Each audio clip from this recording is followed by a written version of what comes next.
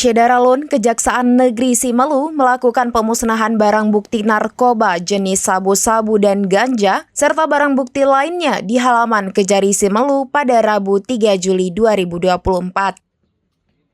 Pemusnahan barang bukti tindak kejahatan itu dilakukan setelah mempunyai hukum tetap dari pengadilan negeri. Hadir dalam pemusnahan barang bukti tersebut, para unsur Forkopimda Simelu yang bersama-sama memusnahkan barang bukti hasil tindak kejahatan itu. Kajari Simelu Yuriswandi SHMH mengatakan bahwa pemusnahan barang bukti itu dilakukan dengan cara dibakar, diblender, dirusak, lalu ditanam bersama-sama dengan Forkopimda Simelu. Adapun jenis barang bukti yang dimusnahkan itu yakni sabu, ganja, HP, pakaian, kertas, tua, tas, jerigen, dan barang bukti lainnya.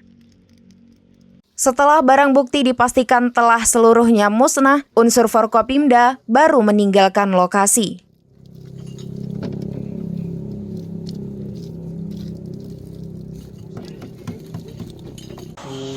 Tentunya ada narkoba, sabu, ganja, kemudian ada juga miras, kemudian juga ada senjata tajam,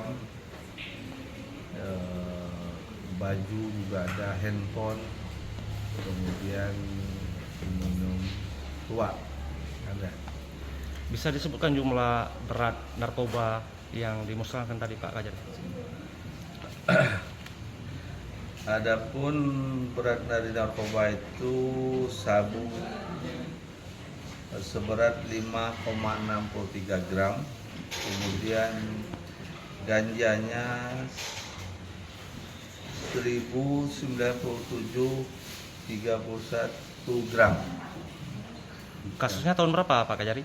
Kasusnya tahun 2023-2024. Dari Simelu, Sari Mulyasno, serambinews.com.